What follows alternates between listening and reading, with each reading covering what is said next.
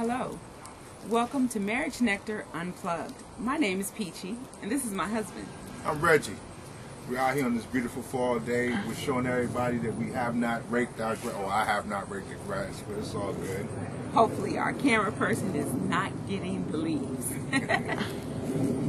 Anyway, it's been a few days since we last spoke to you, and so we are now officially, since it's Sunday, we are on day 6 of our fast, of omitting negative words from our language of when we're speaking to or about our spouses.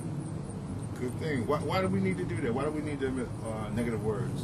Well, you know what? Let's go to the word. Okay. In Ephesians chapter 4 verse 29 says, "Let no corrupt communication proceed out of your mouth, but what is good for necessary edification, that it may impart grace to the hearers."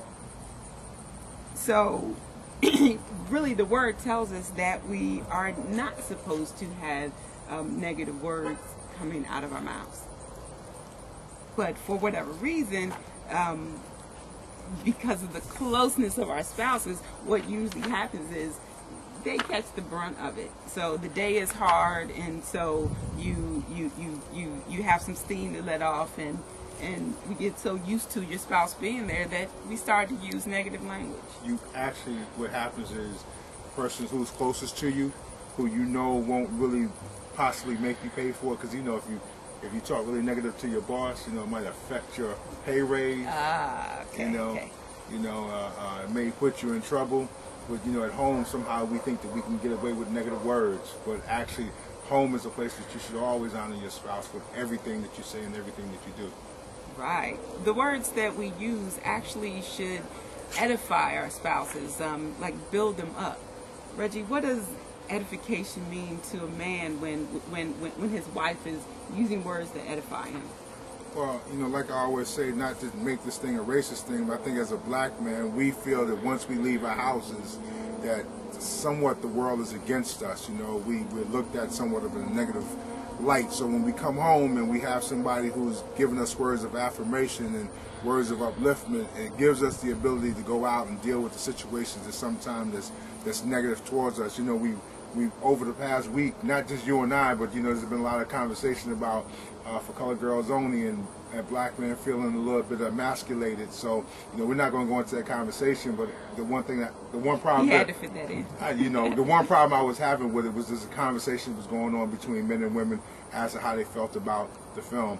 And I think that if I would have saw a conversation, even though these people weren't married, if I saw a conversation that was a little more uplifting, I could have had a different feel towards it. But it just seemed like we were at each other. And you know, when you're at each other, you accomplish nothing. So you know, you don't want to be in your home and have an issue with your spouse, and y'all in those close quarters. It could be potential dynamite. Right. I feel you. So hopefully you are continuing on with this 30-day challenge, and of course we're going to take it further than the 30 days, but anything that you do for, say, 2 to 3 weeks starts to be a habit. So we want to be in the habit of speaking positive words to each other. So until the next time. Did I tell you how lovely you looked? Don't go down. Yes, darling, you did. Thank you. Am I passing my fast? Did I do good today? You did more. You did excellent. All right. There we go. So this upcoming week, we want to encourage you to continue on with the fast of alleviating or omitting negative words from your communication with your spouse. Take time to look at the small things that your spouse does and appreciate that. You know, appreciate them for that, as well as, you know, start to applaud them or use words that edify them in front of their friends, in public, in front of your family, your children, your parents, your co-workers. Everybody ought to know how much you love your spouse, how much you like your spouse, how much you respect your spouse, and you know, and just how wonderful it is to be in a relationship where you're both just continue to build each other up. So I think we talked enough. We have. That's it for now. Until the next time. Peace in. Peace.